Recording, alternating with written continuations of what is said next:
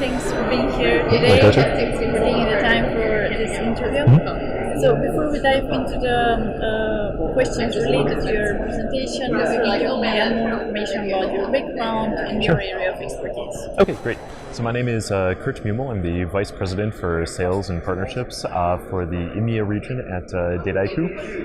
I've been with the company for 2 years. It's actually the first time I was working in the big data analytics space. Prior to that, I was doing a number of different things in consulting. My actual background is in philosophy and environmental science, so really quite a step from where I am today. But in the 2 years that I've been working with Dataiku, I've been seeing a lot of the way in which large organizations do their analytics, organize their teams around the tasks that they have at hand, teams with different profiles, with different technologies that they are looking to leverage. So it's really been really quite enriching to see that over the past few years. Yeah.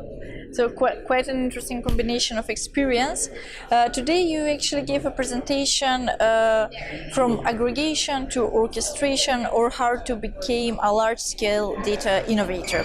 So what is the number one advice that you would give to companies? So I think that organizations, companies of different sizes, they really need to think about the way in which they're going to apply the people to what is really a technology challenge. Because ultimately the difficulty in getting new insights and making new capabilities based on their data is not so much technology. They have the technology in place already in most cases, and if they don't, it's easy to acquire.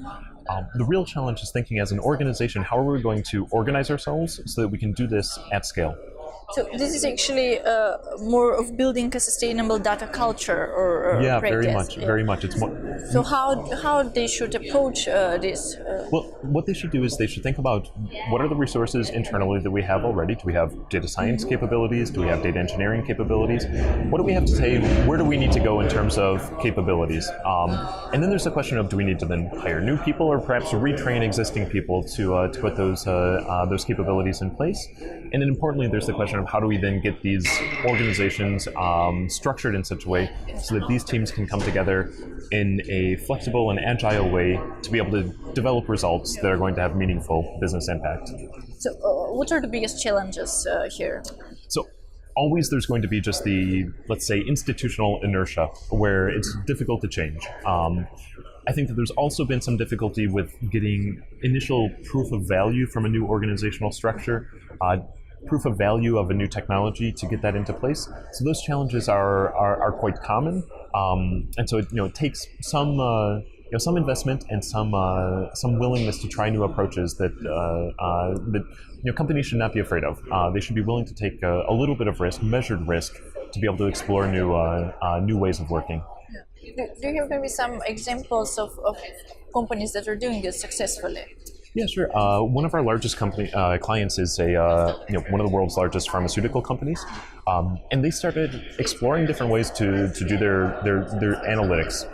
They started at a small scale with a small team of 3, 4, 5 people working together on some specific projects.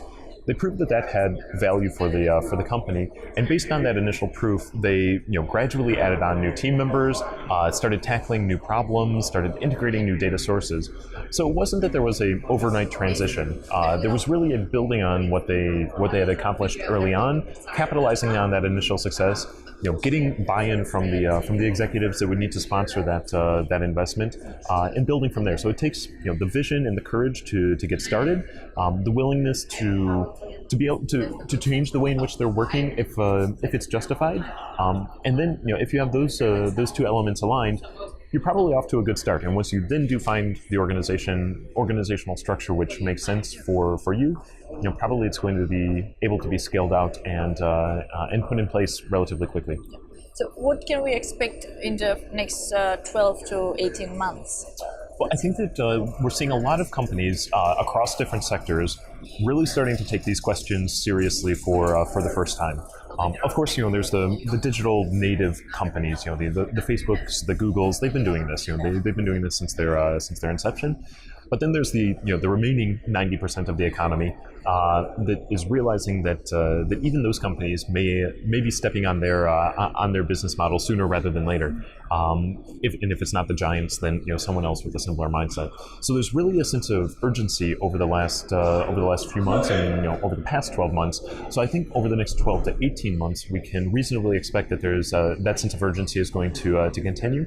But importantly, also that some of these companies are going to start having some breakthrough successes in deploying new capabilities, in really developing new products that are based on not so much their traditional approach, be it services or products, but data-driven products that are adding new value lines to what they're doing. Well, looking forward to all this. Yeah, us as well. Yeah.